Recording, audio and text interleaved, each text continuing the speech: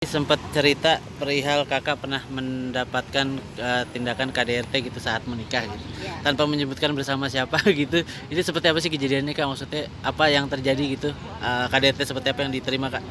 ya pada saat itu kan saya masih ada ikatan suami istri. Ya. Jadi kan sebenarnya sih itu sebuah aib, kalau saya bisa bilang sebuah aib dalam satu keluarga. Dan pada saat itu saya berpikir karena kita sudah punya anak-anak dan di dalam keyakinan saya itu bahwa kita diajarkan untuk tidak semudah itu untuk berpisah kecuali maut memisahkan. Makanya ada kejadian apapun yang terjadi di dalam rumah tangga kami itu kami usahakan untuk diselesaikan secara baik-baik. Sempat terjadi KDRT, sempat terjadi yang namanya perselingkuhan, sempat terjadi yang namanya kesulitan ekonomi, ya tidak bisa memberikan membiayai keluarga, itu semua sempat terjadi gitu. Tapi ya pada saat itu saya berpikir bahwa karena saya ingin mempertahankan keluarga saya, makanya semua itu bisa kami selesaikan, akhirnya bisa kami lewati. Tapi memang terjadi. Kak kalau boleh tahu KDRT yang diterima bentuk apa aja sih kak, atau seperti apa gitu? Oh, macam-macam waktu itu ya. Waktu itu ada yang namanya dipukulin, dipecahin barang-barang, dilemparin barang-barang, segala macam pernah.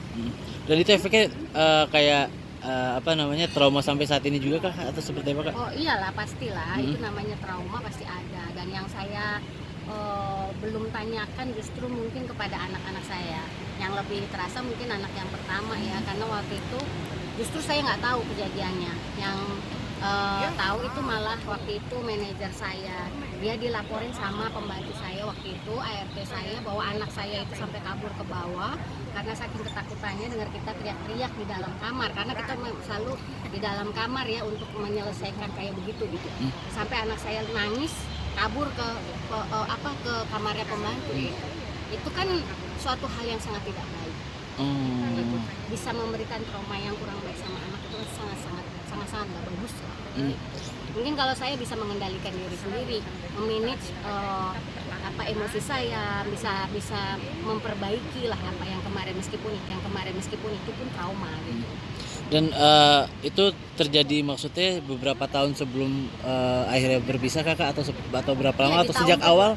Enggak, saya kan menikah kan 8 tahun. Di tahun kedua itu sudah mulai terjadi segala sesuatu. Oh. Dan yang trauma sendiri gimana? Ya saya merasakan bahwa itu saya menerima semua itu sebagai pelajaran. Saya harus bisa menerima bahwa segala sesuatu itu diizinkan Tuhan terjadi supaya memperkuat saya, lebih menguatkan saya untuk sekarang dan ke depan. Itu yang saya pelajari supaya saya bisa menerima, supaya saya bisa tidak terlalu trauma dengan hal seperti itu. Dan saya lebih berhati-hati untuk sekarang dan ke depan. Saya nggak perlu inget-inget terus, dendam terus sama hal itu gitu. Jangan, karena kalau seperti itu nggak akan selesai. Sorry. ya. Maksudnya 6 tahun mempertahankan, bertahan dari 8 tahun. kan dari tahun kedua gitu Ya. ya, sampai terakhir gitu kan, berarti 6 tahun kan tulisannya. 6 tahun bertahan dengan hubungan yang bisa dibilang sakit ya mbak. Itu selain karena memang percaya kalau hanya maut yang bisa memisahkan, terus sampai akhirnya harus berpisah, kenapa tuh kak? Masa dibahas lagi? Lu aja lah. Oh iya. Tapi itu traumanya masih ada kah sampai sekarang, masih nempel kah sampai akhirnya masih belum siap untuk berumah tangga lagi?